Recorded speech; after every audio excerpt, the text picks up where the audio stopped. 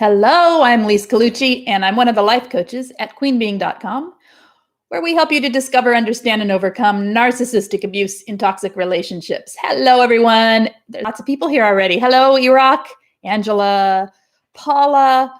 That's who I'm seeing typing to one another right now. Hello. I'm going to let it do its thing here while I say the few beginning things here. Hi, Karina. How are you? Okay, guys, how you doing today? We're going to talk today about the backslide. Everyone says it. Well, not everyone. A lot of people say it, that they feel they hit a point where they have like a backslide in healing, or it feels like a backslide, or they feel like they were doing really great and then they're not anymore. So we're going to talk about that today. If that sounds good. If you have anything that you want to talk about around that, go ahead and start entering it into the chat and we'll get going with that. If you need any help with healing from narcissistic abuse in your life, head to queenbeing.com, where there is all kinds of information. There's links to things like our lovely Spanily on Facebook and the one on Mighty Networks that you can, one is free, one is paid for. They are both private groups. Head over there for peer support. If you need coaching support, head over to queenbeing.com as well. I have links in the main description of every video, so you can check out down there. And yeah, that's all there. If you would like text notifications of these live streams, text me 33222. Put the word Lise Live, Liselive, all one word, hit send, and you will get a very short text 10 minutes prior to my going live every time. I try to be live Mondays, Tuesdays, Thursdays, Fridays, as much as possible. So, and the times vary. Anyway, so there's that. So we're going to talk about the backslide of healing, feeling like you're backsliding when you've felt like you've come to a certain point and gone so far, and then suddenly you're slipping down and you don't know what's going on. So if that sounds good, and if you want to know your own power, hit subscribe. Should be down there right now. A little button, hit subscribe, and let's continue on this healing journey together. Hello, you guys. Okay. You're coming from therapy. Excellent. You can just listen. That's cool. And you're on a subway. That's kind of fun. We're traveling through a subway with you right now. All right. Hi, Suzanne and Shoshi. And that's all. Okay. All right. So backslide. Who's felt it? Have you guys felt it? Have you felt the backslide happen? Where you're going along and you think you're doing really well and you're healing and everything seems great, and suddenly you feel like you missed the narcissist, you feel like you aren't doing very well, you can't see the forest for the trees kind of thing, you just feel like you're back at square one. Sometimes it's from a Hoover, sometimes it's from a trigger, sometimes it's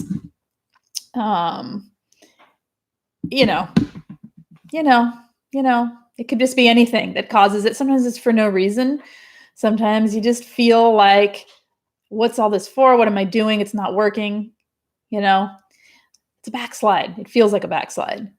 So what I want to say about that, because it's something people talk about a lot. It's oftentimes what brings people into, especially group coaching, because they feel like they have gone to a certain point on their own, gotten really good, it's been really good, and then wham, they're backsliding and they need an extra boost for support. So it's a lot of times this is when I tend to meet people when they're in this point.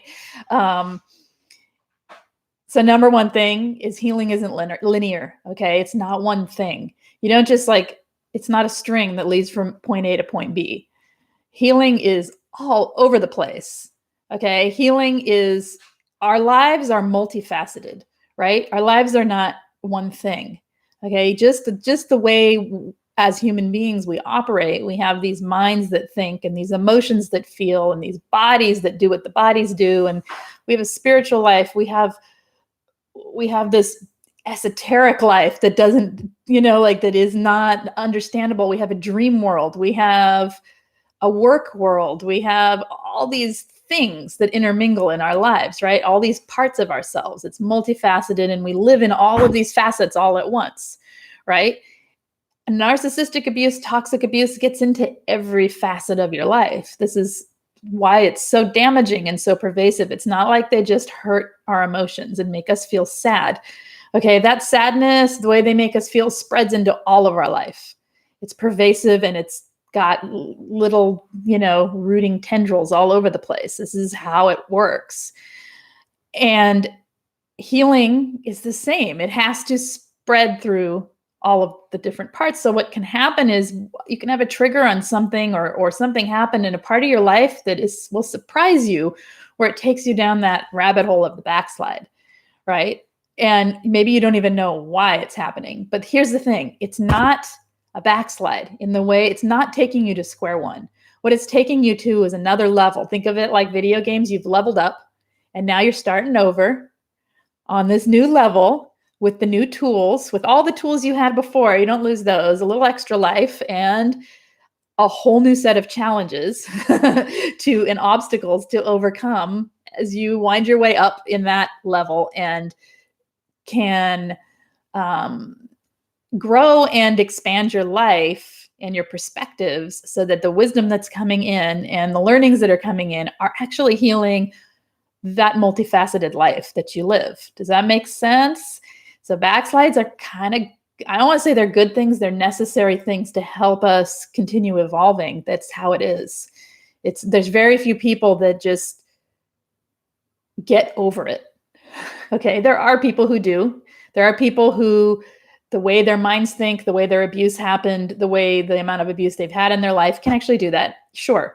For most of us, I wouldn't be talking otherwise, right? There wouldn't be no need to be here because this is how it usually works. Okay, so let me read what you guys are saying. She says, I didn't backslide with the narcissist, but after I experienced 2 back-to-back family tragedies, it triggered my PTSD symptoms from my ex's relationship. Yes, this is what I'm talking about. That the triggers can come up from something completely unrelated, and it triggers you. It feels like it's related somehow to the trauma from the ex, to the trauma from the narcissist. And even if it actually isn't, it has that feeling. You feel like you felt then. You feel, it feels like you're pulled back under to right where you were when you started healing from this stuff sometimes, or a different part of it. So, and Paula, you did not fail again. You had an experience again that has shown you that you need to reset. And you don't need ever to apologize to us. In fact, coming to us or anyone for accountability is a good thing for anyone. So don't ever feel like you are letting us down. Okay, you need to do what you need to do, and you're going to get through this. And it may just take the muddling through as you do so. So you're totally don't need to apologize.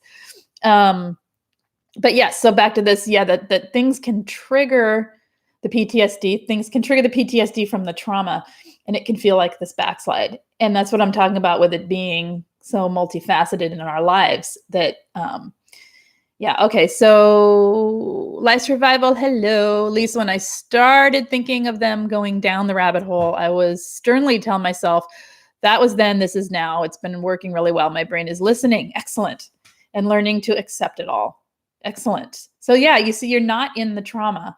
That's another thing. So when we are in a backslide where it's sort of like that, where we know it's related and we start thinking of them and we start going down the rabbit hole and remembering you're not in the trauma anymore. This is just some kind of echo that my mind is telling me that is pulling me down there, or my emotions are pulling me down there. But see, we can use these backslides to figure out what we need to heal next, or where we're going with our life. Not that our life has to be about continual healing. We have to get over that too, right? There has to be forward motion towards something other than the healing, but sometimes we got to look at it. All right. So many times I have backslide, says Darla. I'm getting stronger every day. I had a trigger the other night. When I heard a song, I turned it off. Excellent. Yeah, triggers are a big reason for backslides, aren't they? The backslides have made me feel stronger. Right. Okay. Well, yeah, it makes sense because you overcome them, right? So sometimes people don't know why it's happening. Like they're going along, they're feeling great. It's a couple months out. They've regained some self-confidence. They've regained some strength in their life. They're no longer feeling super trauma bonded. Then just out of nowhere, they feel like they miss the narcissist. They feel like it was so much better then. They go straight back into that. So what's that? right? How do we get through that? Because then it's super depressing because you feel like, well, this is never going to end, right? Hi, Crystal Jean. I think in that case, we have to remember that there's something else going on. There's something in us that is being triggered or being pulled toward that, and it's okay. It is going to end. Okay, this isn't going to be forever. It just takes time, and it takes remembering that it's not linear. That it isn't from point A to point B. It's a big squiggly, scrambly line that goes all over every part of yourself. So maybe there's something that's part of you that is triggered. Maybe you had a physical reaction to something and it reminded you, or maybe, I don't know. It could be a lot of things that brings on the backslide. So what did I write here? Oh, I said when it's happened, I've chosen to see it as a chance to look at a new layer or a deeper or even another part of myself that is asking for healing versus I'm sinking back under. Does that make sense? Perspective on how to look at the backslide is useful because once we start thinking I'm sinking back under, where's our thoughts going to go immediately? To the narcissist, right? Most likely, or to the fact that we're never going to heal. So it's in some form, it's that vacuous, empty, soul-sucking feeling of never being able to heal, or the only solution is them. So your perspective on it being one of, okay, what is this layer I'm trying to heal right now? What am I trying to help myself through? What am I seeing? What am I recognizing? A lot of people have a dream and it makes them feel back like they're backsliding. Our dream world is rich with symbolism. Sometimes the dreams we have scare us in the practical sense and the real world sense. But if you look at the symbols of the dreams, you realize how powerful they are. And I've had people that I've read their dreams and we've talked them through. And just pointing out the symbolism, they see that their brains are telling them that they've moved past the thing instead of that they're longing for the thing or they're missing things. So sometimes you're, looking at dreams differently if that's your reason. Anyway, okay. Crystal Jean saying, I'm good this week. Had a couple backsliding weeks there. Red wine doesn't help. How can you miss someone so terribly that absolutely disgusts you? Because like I'm saying, I think personally that we're not actually missing them. We're missing something in our life that they represent, or that something has reminded us of something about something we thought we could have with them that we are missing. Or we're thinking of how good they have it and how bad we have it. Or they're thinking of, it depends on what you're thinking, but it's usually something missing or something we're feeling like we wish we had. And it really isn't that we're missing someone that we know is really bad for us. I really don't think so. I think it is, we know, that's the cognitive dissonance, saying that we can go back to that person to get the thing we needed because they gave it to us, but they also gave us a world of hell, right? So our logical minds know. Our hearts have a different voice sometimes, right? Okay, Crystal Jean says, I saw him in mediation and heard his voice in the other room shouting, and that was likely my trigger. Right. And isn't it interesting that it triggered you remembering what you are missing, right? So we'll talk about some ideas for what to do when we're backsliding. I'm going to read what you guys are saying, then we'll go to that. I remember how okay. Soul sucking is perfect. It does pull, yeah. Paul is saying you find yourself wanting them, but you don't want it either. Not even in a sexual sense, right? If they are not intimate with you, they can't just talk, just happen now. Can't resist. Yeah, okay. You can resist. It was hard to resist and it slipped, and then you can resist. I promise. It just takes time. It takes having that accountability that you said to us, I'm sorry I broke, or whatever you said up there, having that for yourself before you do it. Having resolve inside yourself that I don't want to feel like this anymore. I don't want this attachment. I want an attachment to something better. I want an attachment to my own ability to take care of what I need before I slip into contacting them, right?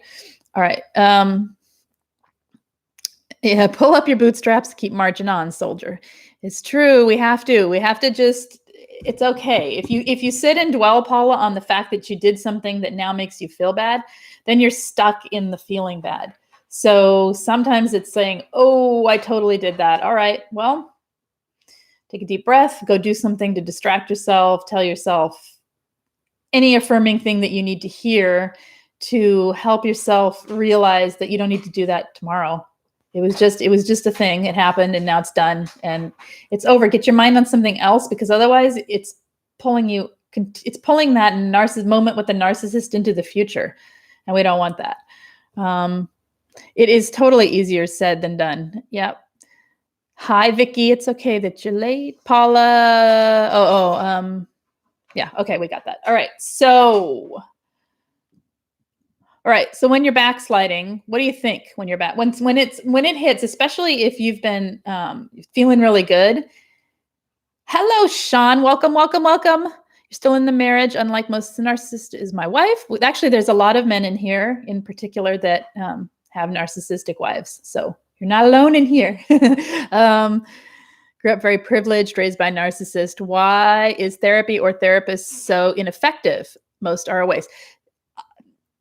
Because often they don't understand narcissistic abuse in the same way that a survivor does. All right. I think there are really, really amazing narcissistic abuse therapists out there. I think if they don't specify it as their particular niche that they work with, then there's just not enough understanding. It's a concentrated understanding on a specific topic. Okay, there you can see how many videos, Sean, we have out there just on narcissistic abuse, let alone our own healing from it. But I mean, go look at the volume just that Angie has, right? Go look at the volume of videos that we could talk every day for days about this one topic because it is so complex. Now imagine if someone doesn't put that into their number one focus of their practice, there's so much that you have to understand and know, and you have to be in the right mindset with coaching, you have to be in the right mindset to speak specifically to the abuse and to the way the abuse happens and to help someone find their own path out of it. With therapy, it would be the same thing, only they would be, processing the abuse in a different way and going back into your, it's a little different approach, of course, but you have to really specify. And when a person can't, I'm not saying that general therapists can't do it. I'm sure some are really good at it, but I think in general, what happens is there's not enough focus to help a person going off on this. But you know what I'm saying, Sean? I think that's why it's the case. I think that it's well intended but not effective for a lot of people because of that. Also, some just don't understand it. I've heard horrible things. Same thing can be true of coaching. You have to be careful who you choose. Choose someone that speaks specifically to if the person speaking is someone that you resonate with and that understands what it is you went through and has gone on their own journey specifically, in particular, toward healing. You have to watch what it is you're looking for. And oh, my dog is so sad. Just lay down, baby. He has a sore eye. He rubbed his eye. He's got an allergy and he rubbed his eye and it's all icky. So I had to put a cone of shame on him. And he's sitting there, so sad about it. I'm sorry. Yeah. Now he's quiet. Okay. Anyway, so if you hear the whining, that's what it is. He's very sad about his embarrassing outfit he has to wear. Anyway, so back to the serious topic, which is you guys and your healing, not my dog's eye, which is serious too, but he's okay. Choosing someone that has the right direction that you want to go in the way they speak, in the information they give, in the way they seem to help other people, that can be really effective for finding the right person to guide you through where you need to go. and it's individual. That's why there's a lot of us, all right? Coaching wise, therapy wise too. So it's personal fit. That's what I'm saying. All right. Let's see. It's like an illicit affair, going back to the backslide.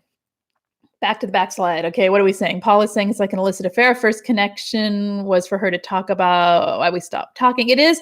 So yes, it is. It's the drama of speaking to them. It's full of that sort of juicy drama feeling that, okay, I say this every time, but I'm going to say it again because it's important. When we're out, we are still seeking the same, we still have the dopamine pattern, the rising of the dopamine, waiting to talk to them, waiting for them to give us a piece of attention. We're still in the hunt for their affection. We're still in we're pulling the slot machine over and over and over, letting our dopamine rise higher and higher. Okay. There's no resolution until we talk to them. So the reason we talk to them isn't because we emotionally want them. It isn't because we need them, because we think they'll change often. Sometimes it is, but at this point, I don't think it is, because she's not going to change. And it's always going to come back to the same cycle. The reason we talk to them is to get relief, because that's when the oxytocin comes in as soon as you hear their voice. It's conditioning. You're conditioned to speak to her.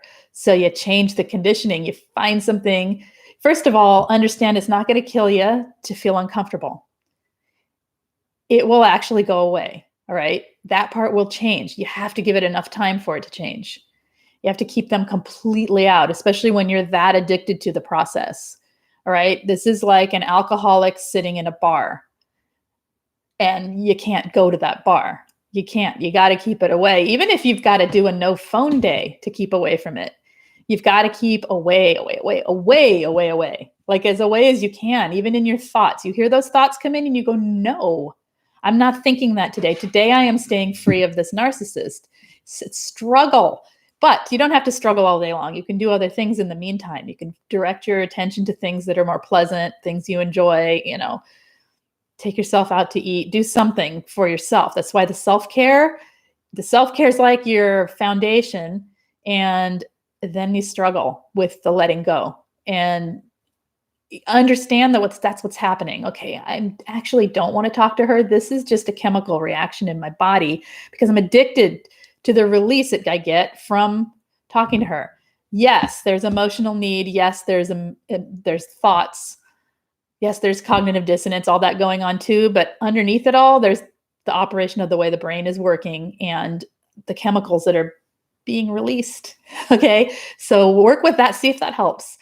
That when you feel that really strong urge to talk to her, think about slot machines and alcoholics in bars and realize that's where you're at. You're sitting there pulling, you're a gambling addict pulling the arm of the slot machine. And you've got one last nickel in your quarter or whatever in your fingers to put in. Are you going to do it? No. Walk away. Do something else. Redirect, burn the energy off, whatever you need to do. But understand that's what's happening. This is your responsibility to yourself in this process. And it takes time to get there, and no one's judging you. Okay. So you can come here and talk about it as much as you want, but I will keep repeating that. All right. Let's see. Okay, Angela, I went to therapy once. I had a serious shake. Okay. Okay, where are we at? Okay, let's go back to the backslide. The backslide. So when you are out and everything feels fine, and then it doesn't, what do you do? What can we do? Okay. Like I said, because I think it's layers that are happening. It's layers of healing. I mean, honest to God, I had one last night. This is like somebody asked me to do this topic last week. And I thought, okay, I can talk about this. I haven't had one in a while. Oh, that's, we'll talk about, not that I need to, but it helps when it's fresh in my head. I had a full-on backslide last night. Lasted about 3 hours, and then it was fine. But it was fascinating because what I'm healing is something completely unrelated to narcissistic abuse. And it still gave me that feeling of a backslide. But I understood it. I understood what to do with it. I worked my way through it. And it actually has given me a chance to see something I can work through. All right. And why I do what I do and how it relates to toxic people. Does that make sense? It like a whole bunch of stuff lined up, and I went, oh, okay, all right, I can deal with that. So looking at what's actually happening when you're feeling that backslide, are you really wanting that narcissist, or is it that somebody else just triggered you and you feel the need for comfort, and that comfort used to come from that person, or that relationship used to, you know what I'm saying? Like, what is it that's actually happening? It's oftentimes really not about them. It's about other things. I didn't remember how I got into the narcissistic info or what was searching. He can't sex addict. Okay. All right. Okay. So another thing is, what am I if I can read my writing. Guys, I got to take a penmanship class. How to write fast and effectively, because it comes out in my brain really fast because you hear the way I talk. It's the same thing that happens. I'm like, yeah, I should just type it, but I like my journal. All right. Okay. So when you're in the backslide, when you're down there, understand it's not the beginning. Okay. Understand you're not at the beginning. You're not at the point when you just left or we were just discarded. You are not. Look at the successes that you've had. Look at how many things you've learned. Look at the way you got there to learn those things. Look at the challenges you've faced and how you've overcome them. Try to see that you are not all the way down at the bottom. Even, Paula, when you're in the position where you're at now, look at all the times that you've lifted yourself up. Look at the ways you've made your life better. Try to see them and piece them together, because that's creating the neural pathways of success versus the ones of the toilet drain, right? We want to create the neural pathways that lead us to a thriving life versus ones that are continually pulling us back into that loop of endless Groundhog's Day, right? We want out of that loop. And so if you start to see the successes, then you see it a little differently. It isn't, you maybe slid back in one way, but again, you're in a different level now, and you're slipping back. Maybe it's not a backslide. Maybe it's just a new beginning point. And that doesn't necessarily equate to something bad. So looking at it a little differently and having a different perspective can help a little bit, I think.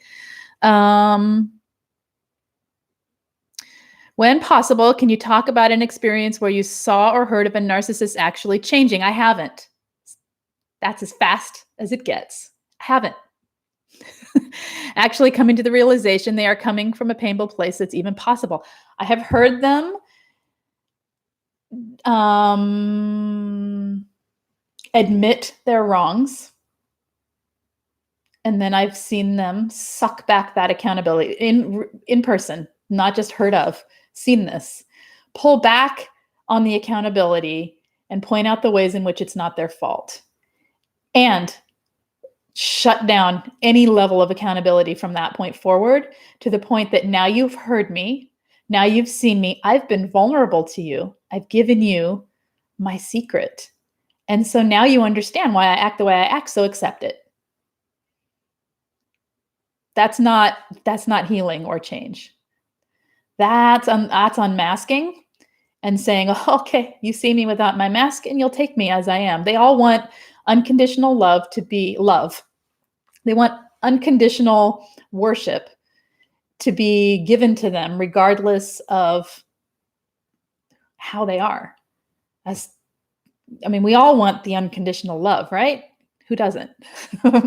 But they don't want to have any accountability to who they are and how they act, because they don't have empathy, Sean.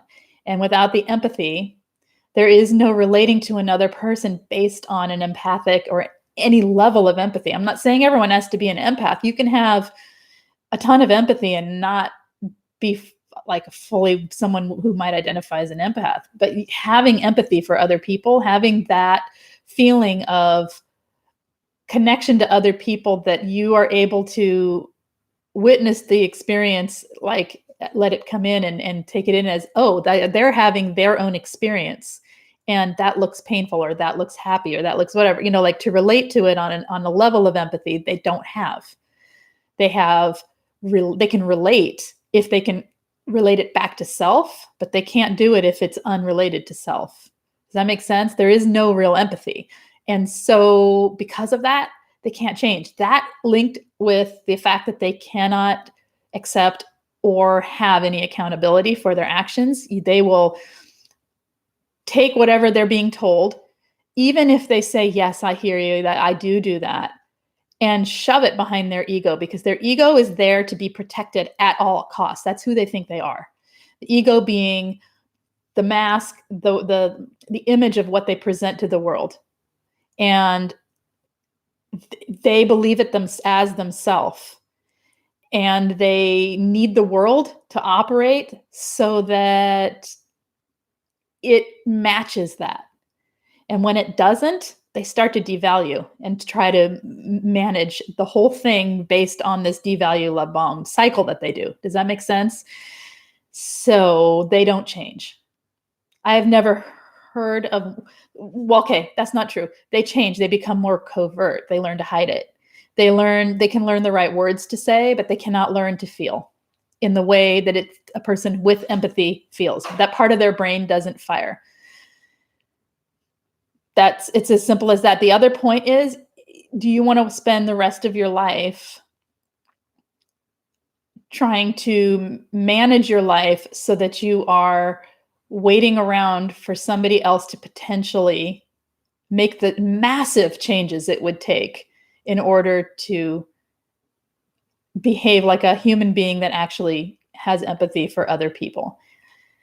It's a huge risk to someone's life. It's a huge risk to your own well-being, right? So I hope that answers it. Let's see. Backslides. Back to the backslides. Crystal Jean says they have another supply right now. Let's see.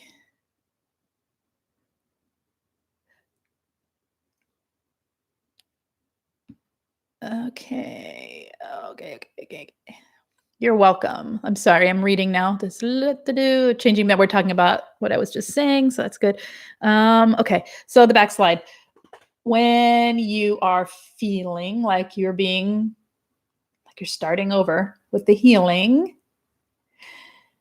look around and see the support that you have gathered over however long you've been on your healing journey. Look at the support that you've gathered. You did not have that in the beginning, most likely. Most people don't come into the healing midway through, right? You got to start somewhere. And when you start, there isn't a whole lot of support.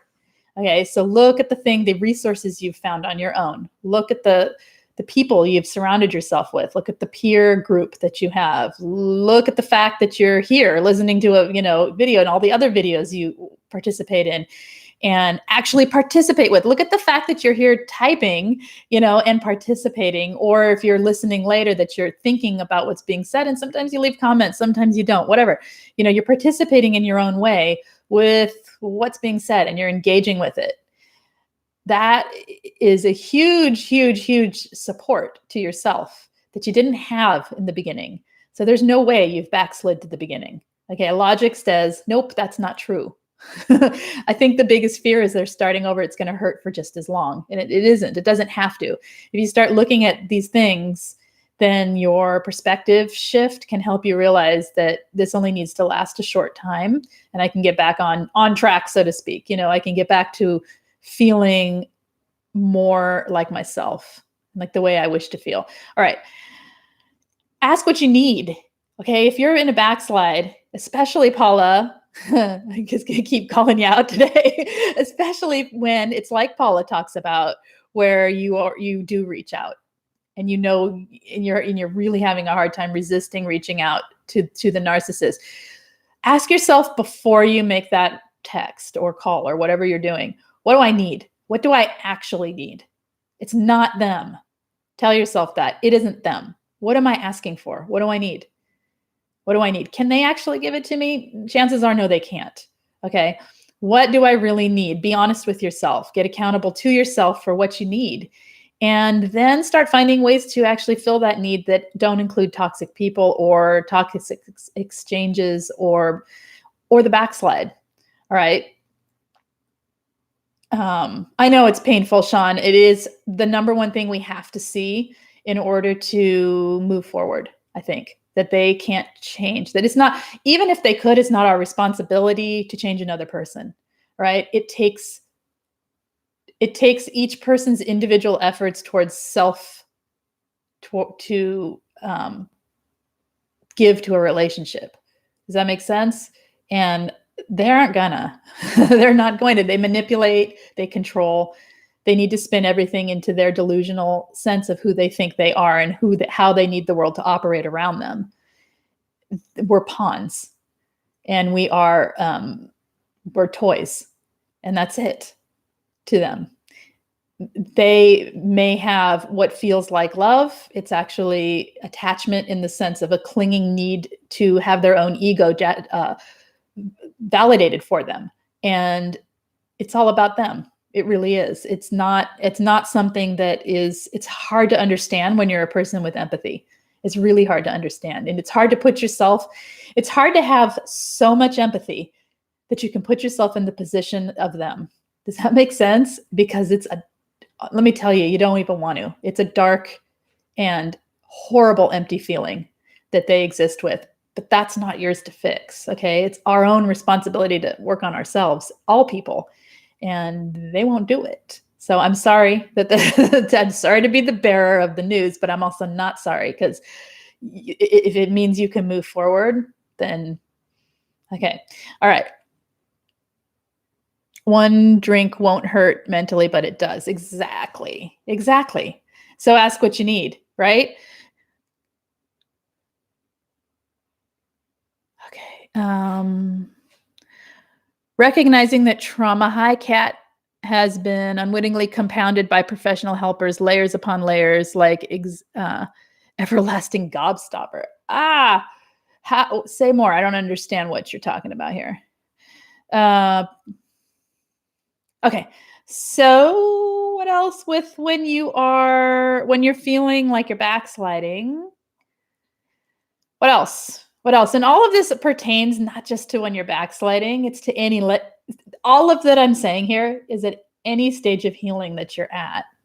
Okay. It's not just for people who have been out a while and then they've had a backslide, or like what I was talking about with last night. It's not just for that. Any place you are, you're beginning wherever you are, right? Wherever you are is where you are. There isn't a backslide. That's where you are in the moment. And so move forward. Even someone like what Sean was saying, where the understanding is new and you're trying to come to terms with all of this, you've already sought support. You've already begun healing. You've already stepped foot in your process, right? Of getting better, of understanding it, of moving forward in your life. So if you look at it that way, it's not a beginning. It's just where you are and you move from it. So I think we get defeated otherwise, we can. Let's see. Hi, Kay, Kobe. Hello, Jack and Butterfly Mama. When we go back into feeling like we need to go back to the narcissist, it's like we are having a lack of empathy for ourselves. Indeed it is. We are, right? We're not being accountable to what we need. We're not being accountable to our own well-being, right? Because that feeling is so strong. Hi, Robin. I think was this your topic? I don't know. I thought maybe it wasn't yours. I thought it was yours. Anyway, if not, hi. So, okay. Okay. Ask what you need. What else did I write here? So sometimes when you've been out a while in particular, and you have, like this was me last night, like, what the heck? What? What triggered it? What the heck triggered that? You might ask yourself, right? And that's an opportunity, though, to see how to overcome something else. Remember, this is discover, understand, and overcome, right? Narcissistic abuse. This is a process. That doesn't mean I discover everything. I understand everything. I overcome everything. It's piece by piece. I understand this. I'm working on overcoming it. At the same time, I'm only discovering this. And then you see, it's not just one thing. Again, it's not linear. So, and it doesn't, I make that sound like it's going to take the rest of your life. It really isn't. It's a way of thinking about life. And I love that Angie developed that because it really is a powerful way of thinking about life. I discover something, I understand it, I overcome it. That doesn't mean it's not one thing. You're always doing that with all obstacles in your life, right? It's a strategy. It's a strategy for living. So what we're learning is a strategy for living that we can apply to different parts of our lives. And overcoming these backslides is part of it, and working with it, not fearing it, stepping into it boldly because you are a survivor and you're super strong. That's part of the deal. Okay.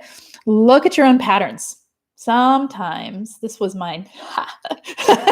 Look at your own patterns of the way you handle stresses, certain trigger. I don't want to call them triggers. Let's call it life experiences that cause certain pressures, certain stresses that then throw you into your own patterns for how you cope with things. Sometimes that can take you right back down to wanting the comfort and supporting arms of the narcissist. I'm laughing because there's no such thing. But in that weakened emotional state, or in that vulnerable emotional state, let's put it that way. It's not actually weakened. It's just a more vulnerable state to ourself. If we're not looking at it as the pattern, it's easy to sink to that place that was the last source or the known source, especially if you've had toxic abuse in your life as patterns. It's the known source of comfort to relieve that feeling. So what is the pattern and how can you do it differently? How can you change things? How can you see that pattern from a different perspective and do something different? Okay, it's uncomfortable. It's uncomfortable, but you do it and there's change. All right, you don't do it and you're sinking back and you're feeling stuck in the backslide. So I hope that makes sense. What else? Again, with my writing, my goodness, woman. Like we talked about yesterday with limiting beliefs. What are the limiting beliefs that surround this backslide, this feeling of backslide? What are the limiting beliefs that are holding you there, that are making you think this is the right option, that are making you feel stuck, or that are making you feel pulled down to the beginning again? What are the limiting beliefs? Sometimes that's where the stuck is. And changing those beliefs through watch yesterday's video or Tuesday's video on ideas for that can help propel you forward instead of sinking backwards into actually contacting them or just feeling that horrible cognitive dissonance for the next few days, right? Sometimes you got to just cry it out. Sometimes it is grief, right? Sometimes it's just a layer of grief and we need to feel it and move it through. So you see, there's all kinds of things, kind of complex, but there's ideas, and just try them on. And if they don't work, try something else or see what comes to you. All right, you guys, anything you want to talk about today, or if you have anything else, I'm going to read what you guys are saying here as well. Every time the narcissist contact gets longer, my narcissist gave the reason that I wasn't in contact for ages, had nothing to say. Okay, no empathy. Yep. Crystal Jean is saying coverts have everyone around them in a sort of spell. It's quite something. They sure do. A mixture of pity ploys, fake warmth, charm, and humility. Vulnerability, heroic. Oh, yeah. I find myself observing their behavior so much more interesting than absorbing. It's like then we actually see what they're doing. It is. And sometimes so much observing of their behavior is the part of the backslide. Don't you think? Like it can pull you, whoa, look at me delayed like that. That's cool. Is it doing weird stuff on your end? Because that was really fun. All right. Sorry. Okay. Serious now.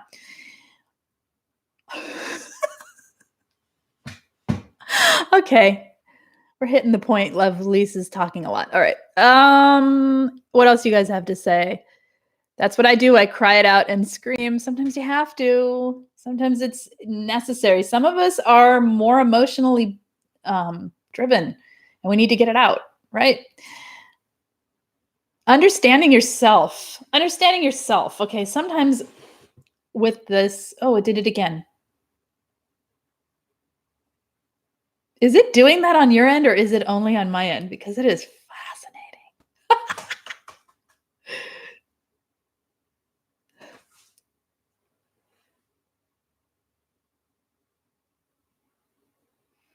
Okay, I think I froze because it's all frozen. Isn't it? It's really funny, isn't it? I think I need to end here. All right. I do not know what's going on with my internet connection. I don't know. Okay. Okay. All right. So, having technical difficulties, gonna end this. I don't know if you guys can hear this or if it's like super slow and delayed. So, I'll figure this out and fix it and come back tomorrow. I do not know. Okay. Mm,